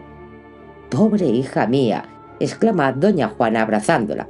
A veces se me olvida que has pasado toda tu vida en estas 4 paredes. Hablaré con Hernán Duque. Pero no quiero disgustaros, madre. Aquí a vuestro lado soy feliz. Y ahora que contamos con doña Ana, nos reímos más. ¿Sabéis qué me ha dicho? Que iba a hablar con algunos niños del pueblo para que vengan algunas tardes a jugar bajo mi ventana. ¿No os parece una buena idea? Pregunta la infanta con gesto ilusionado. Doña Juana no dice nada, se siente profundamente conmovida. La llegada de su dama, Ana Cifuentes, suaviza la emoción del momento. Buenos días, señora. Doña Catalina, dice dirigiéndose a la infanta. Hace una mañana tan preciosa que podemos jugar en el patio a la gallina ciega. Nos acompañarán 2 pajes. ¿Os apetece venir con nosotras, doña Juana? No, prefiero dar un paseo, si es que Hernán Duque puede acompañarme. Verdaderamente me desespera no poder hacerlo sola. Doña Catalina, dice Ana, he hablado, como os prometí, con un grupito de chicos y esta tarde vendrán a jugar bajo vuestra ventana. ¡Qué bien! Muchas gracias. Nos vemos juntas y me vais contando lo que no entienda, pide doña Catalina. Cuando queráis nos vamos, dice Ana Cifuentes. ¿Mandéis alguna cosa, madre? No, Catalina, pásalo muy bien. Camino de sus aposentos, doña Juana se encuentra con Hernán Duque. ¡Qué bien que nos vemos, Hernán! Os iba a mandar aviso para deciros que me apetece mucho respirar un poco de aire puro, pero seguro que tenéis mucho en qué ocuparos. He pensado que podría acompañarme cualquiera de mis damas, propone doña Juana, que sabe que no debe salir sola. Comprendo, señora, que estéis harta de mi compañía, pero cumplo órdenes. Órdenes, órdenes, siempre lo mismo. Aquí la única que tendría que mandar soy yo. Señora, lamento mucho causaros disgusto, pero no me queda otra opción. En cuanto a si tengo trabajo, he de deciros, doña Juana, que para mí siempre es un placer acompañaros. Y además, en estos momentos iba a buscaros. Tenemos que hablar de un tema. Está bien, disculpad mi pequeño desahogo, Hernán, pero hay momentos en que no puedo más. Si de mí dependiera, señora, trataría de daros una mayor libertad. Lo sé, querido Hernán, mi vida es otra desde que habéis llegado a palacio, pero decidme, ¿de qué tema tenemos que hablar? Señora, creo que en noviembre, dentro de mes y medio, nuestro rey y señor don Carlos, hijo de vuestra majestad, vendrá a veros. ¿Por qué os referís a él como rey? Yo soy la reina, mi hijo Carlos no es sino infante. Hernán Duque se da cuenta de que ha cometido una indiscreción, pero doña Juana no le deja disculparse y continúa. Don Carlos será algún día rey. Es mi heredero, mi queridísimo hijo. Pero contadme, ¿a qué se debe su presencia en Castilla? ¿Lo ha llamado mi señor padre? ¿Se encuentra enfermo el rey Fernando? Hernán Duque se queda petrificado. No sabe qué responder. De forma evasiva, dice: «Desconozco el motivo del viaje de vuestro hijo». Doña Juana lo observa atentamente. Sabe que le está mintiendo. Ahora está casi convencida de que los rumores sobre su padre son ciertos. No ha querido preguntar abiertamente, pero ha llegado el momento. «Don Hernán, os ruego que seáis sincero conmigo. Hace tiempo he escuchado comentarios sobre el posible fallecimiento de mi padre, pero no he querido darles crédito, entre otras razones, porque me parece imposible que, si así ha sido, no se me haya informado. Es verdad que hace tiempo que no viene a verme. He preguntado también a vos por su ausencia y la respuesta siempre ha sido la misma: excesivas ocupaciones. Pero ahora la noticia de la visita de mi hijo me lleva a pensar que algo ha sucedido». De buena gana Hernán Duque saldría corriendo. Le han pedido guardar secreto. Hasta ahora lo ha cumplido. Percibe sobre su rostro la profunda mirada de la soberana que parece querer penetrar en su interior. No sabe qué hacer. Doña Juana se acerca y, agarrándole del brazo, le dice: «Miradme a los ojos.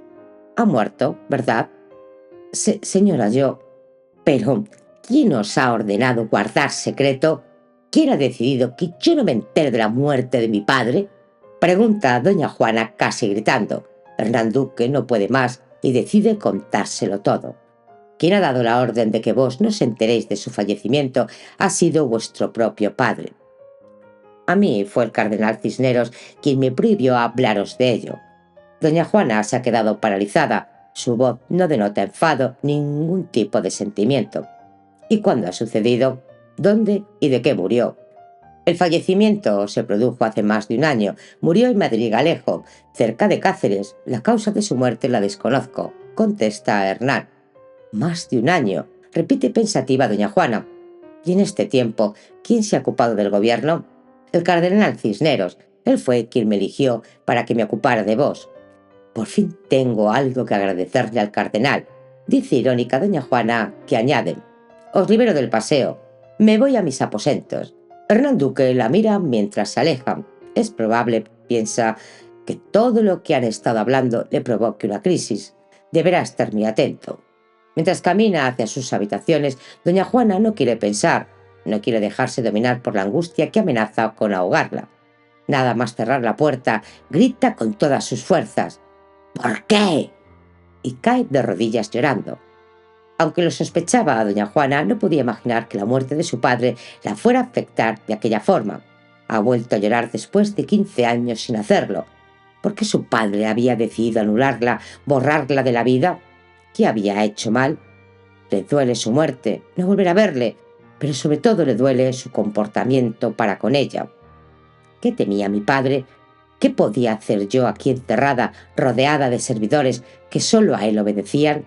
¿Por qué ocultarme su muerte? La única explicación que se me ocurre es que deseaba seguir controlándome después de muerto. Sé que a un padre se le debe amor filial.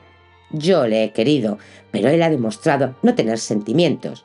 No, mi padre nunca me quiso, aunque probablemente nunca haya querido a nadie. No es un consuelo considerar una persona sin sentimientos, pero me ayuda a no sentirme ruin e indigna. ¿Se habría comportado mi padre igual con mis hermanas? Es posible que sí. Con quien habría sido distinto es con nuestro hermano el príncipe don Juan. ¿Por qué los hombres suelen apoyarse? ¿Qué opinaría mi madre, la gran reina, sobre el comportamiento de su marido para conmigo, que soy su hija, pero también su reina? Hay momentos, como este que estoy viviendo, en los que me gustaría desaparecer.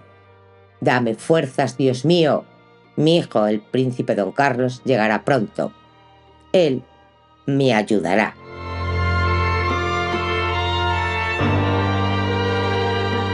Capítulo 12. La reina recibe la visita de sus hijos. Tordesillas, noviembre de 1517. «Son unos tapices maravillosos», dice doña Ana. «Es una pena que no estén siempre debidamente colocados. Eso sería así si en este palacio hubiera vida. Pero esta casa, doña Ana, aunque ahora ha mejorado, es una cárcel. una cárcel con una prisionera que posee un tesoro inmenso. ¿Sabéis cuántos tapices figuraban en el inventario que se hizo a la llegada de doña Juana a Tordesillas? Más de 60, le revela doña María de Ulloa. Esta mañana doña Juana me ha enseñado el precioso collar de las bellotas, más de 1 kilo de oro, dice asombrada doña Ana. Posee joyas valiosísimas. Aún no he pasado a verla. ¿Cómo se encuentra la reina?, pregunta doña María. Yo creo que un poco nerviosa. Lleva varios días pensando qué traje ponerse para recibir a su hijo. La verdad es que todos son preciosos, pero me decía que no eran muy apropiados para esta visita. Ella vivió en el lujo y boato de la corte flamenca, que nada tiene que ver con la austeridad castellana, apostilla doña María de Ulloa. Ha venido varias veces a ver a la reina, a ese extranjero que habla con ella en francés y que siempre me olvido de su nombre, dice doña Ana Cifuentes. Pero cuando se fue, doña Juana estaba muy contenta porque le dijo que venía también a visitar a su hija, la princesa doña Leonor. Seguro que es el señor Cherés, la persona de máxima confianza de su hijo don Carlos, aclara doña María de Ulloa.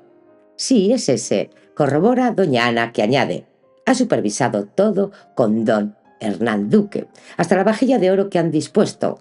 Dicen que don Carlos y su hermana se quedarán aquí 2 o 3 noches. ¿Qué día está previsto que lleguen?, quiere saber doña María. Creo que no se sabe, pero por allí viene don Hernán Duque, seguro que él nos informará. Os dejo, doña María. Pasaré a buscar a la infanta doña Catalina.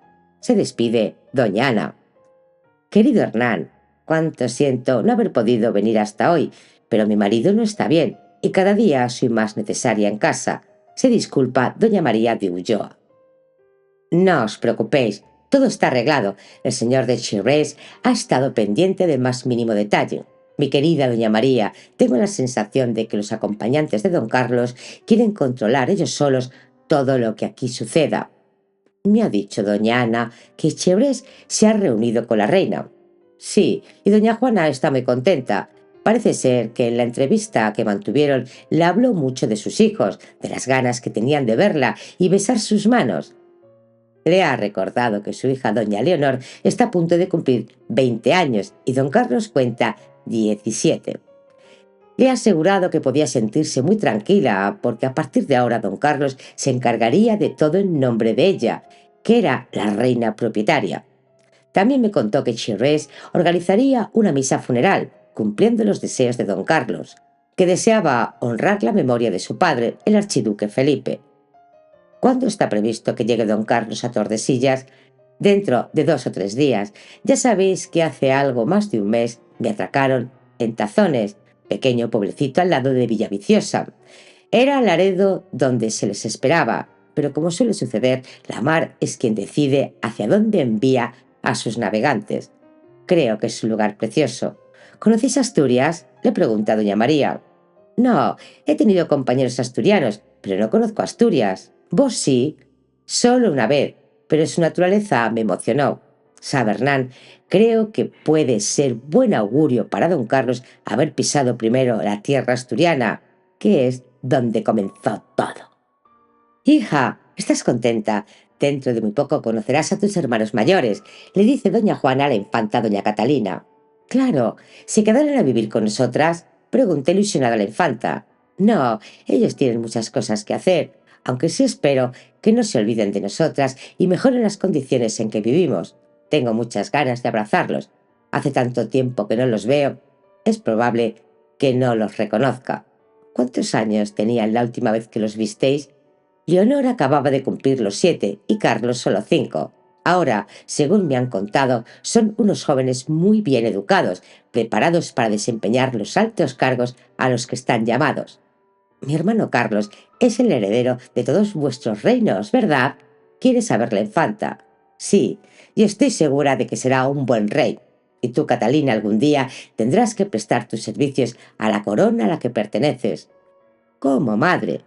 Casándote con quien decida tu hermano. Lo normal sería que tu padre y yo fuéramos quienes nos ocupáramos de buscar alianzas con vuestros matrimonios, pero tu padre ha muerto y yo estoy aquí, olvidada de todos. ¿Por qué no habláis con Carlos? Lo haré, querida Catalina, algún día lo comprenderás. Yo no ambiciono el poder, pero soy la reina, y eso deben saberlo todos. y aunque necesito que me ayuden en las tareas de gobierno, no deseo vivir al margen de todo como hasta ahora. Seguro que Carlos escucha vuestros deseos y consigue que vuestra vida aquí sea más placentera. Sabéis, madre, a mí me gustaría poder salir, conocer a otras personas, no tener que pedir permiso para todo, incluso para veros a vos, dice Catalina a punto de llorar. Ya verás cómo todo se arregla. No me has contado qué tal tu paseo por Tordesillas, dice la reina. Muy bien.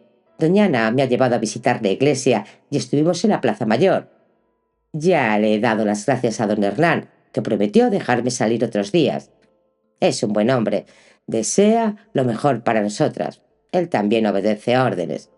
Espero que con la llegada de tu hermano cambien mucho las cosas, dice doña Juana. ¡Qué bien, madre! Catalina, si quieres puedes irte. Muchas gracias por tu visita. Ya sabes lo importante que es para mí contar con tu cariño. Madre, ¿os puedo dar un beso?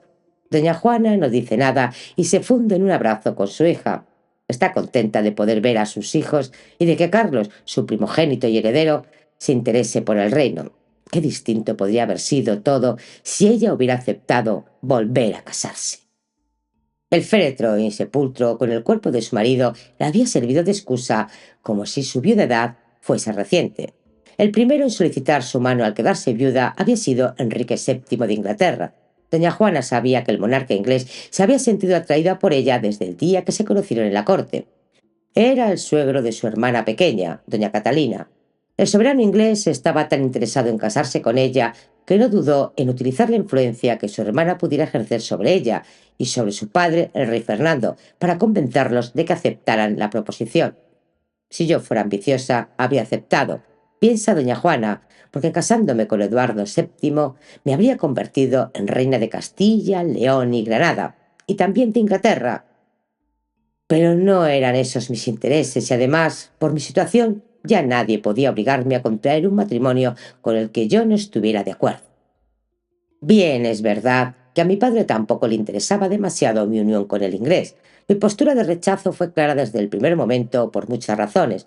No ambicionaba poder, era imposible que me enamorara, pues mi corazón ya tenía dueño y deseaba que mis hijos, fruto de mi amor con Felipe, fueran los auténticos herederos al trono de Castilla. Si me volvía a casar, igual surgían problemas, porque dada mi fecundidad y el afán de los reyes, que no ansian más que engendrar hijos, igual teníamos descendencia, y quién sabe lo que podría haber pasado.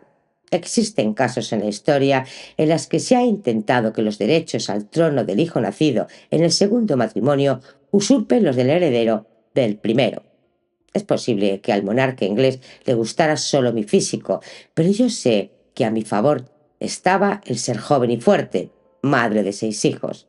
Él tenía 22 años más que yo y estaba viudo de Isabel de York desde hacía 4. Su mujer había fallecido al dar a luz a su séptima hija. Doña Juana recuerda los nombres de sus otros pretendientes, Gastón de Foix y el duque de Calabria. No puede evitar preguntarse si su comportamiento sería el mismo si le dieran ahora la oportunidad de dar marcha atrás en el tiempo. Es probable, casi seguro, se dice, que si hubiera aceptado cualquiera de estos matrimonios, mi vida no sería la que vengo padeciendo desde hace años. Desconoce cuál sería su situación si hubiera vuelto a casarse, pero habría puesto el reino en manos de un extranjero, como le habría pasado con don Felipe, algo que su madre, la reina doña Isabel, habría tratado de evitar. Con una sonrisa resignada, doña Juana se contesta a sí misma: sí, volvería a rechazar todas las propuestas. Ha sufrido mucho todos estos años, pero su hijo don Carlos, que es el legítimo sucesor, terminará con todos sus padecimientos. Llama a una de las damas para que termine de arreglarla. Tiene que causarles buena impresión a sus hijos. El esperado momento ha llegado. Doña Juana, acompañada del jefe de su casa, Hernán Duque, y de doña María de Ulloa, aguarda un tanto impaciente la entrada de sus hijos. Mira los hermosos tapices del salón. Sabe que algunos de ellos se cuelgan en las habitaciones privadas de sus servidores y no protesta. Tal vez algún día lo haga. Doña Juana piensa que tendría que hacer recuento de lo que tiene. ¿Le habrán robado algo? Es consciente de que muchos de los objetos que posee de oro y de plata pueden ser vendidos para fundir. Tiene noticias de que su padre, el rey Fernando, en 2 ocasiones se llevó algo que a ella le pertenecía.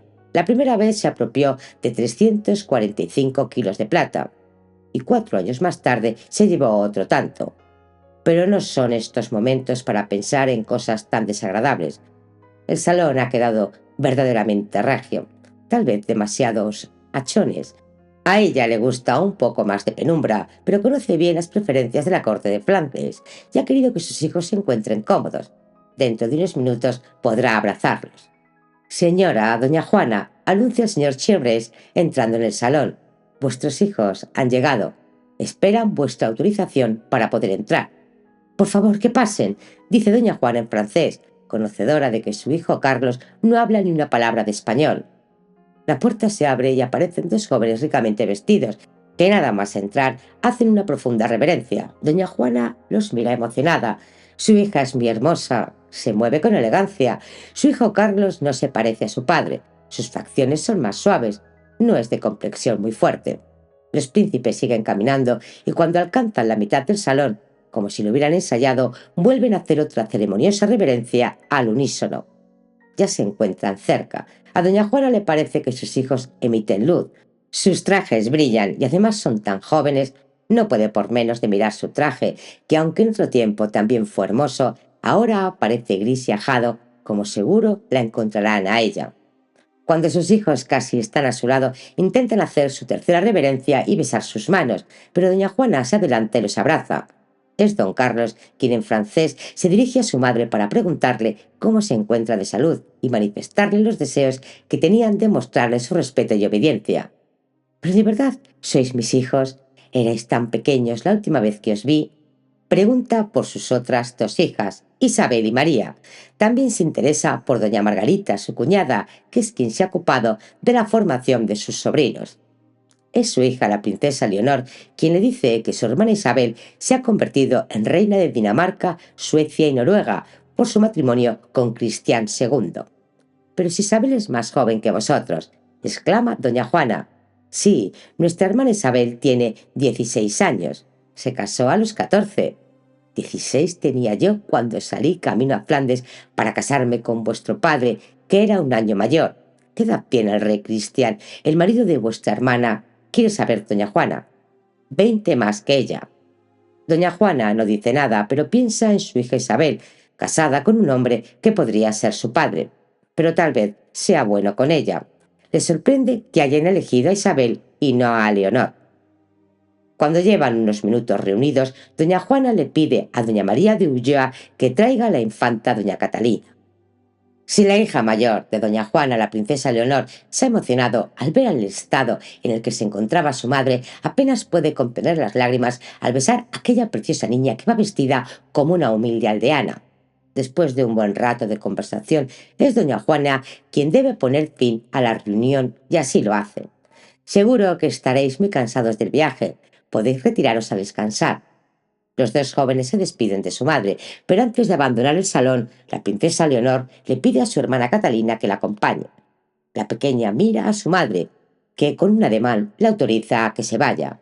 «Luego pasará a buscarte doña Ana Cifuentes». La niña, cogida de la mano de su hermana mayor, sale encantada del salón, en el que solo quedan doña Juana, el jefe de su casa, doña María de Ulloa y el señor de Chevreuse. Doña Juana no quiere ocultar su alegría. «Me siento bien y muy orgullosa de mis hijos. Señora, ¿me podrías dedicar unos minutos? Necesito hablar con vuestra majestad», le pide Chevreuse. «Sí, por supuesto», contesta la reina. Doña María de Ulloa y Hernán Duque han abandonado el salón. Caminan despacio por el pasillo. «¿Os apetece que charlemos un rato?», pregunta doña María. «Sí, si queréis podemos ir a mi despacho, pero antes avisemos que estaremos allí por si doña Juana nos necesita», dice Hernán Duque. «Muy bien. Decidme, Hernán, ¿qué os ha parecido nuestro nuevo rey, don Carlos?» «No sabría decir. No estoy en condiciones de opinar. Sí me pareció un tanto frío con su madre. Todo lo contrario que la princesa doña Leonor. Es que las mujeres somos distintas. Nos cuesta menos expresar nuestros sentimientos». «Ya sabéis que el cardenal Cisneros está muriendo», dice Hernán. «Sí, me lo han dicho. Lo siento muchísimo.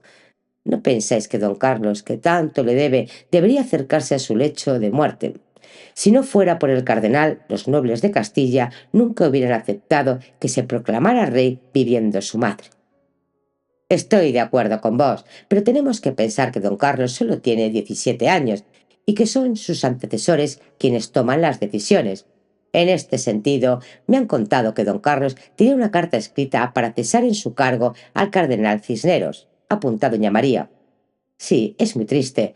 No quiero ser pesimista, doña María, pero tengo la sensación de que don Carlos solo se apoyará para gobernar Castilla en el numeroso equipo de flamencos que lo acompañan.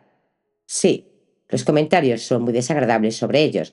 Se les acusa de pretender enriquecerse en 2 días, apunta doña María.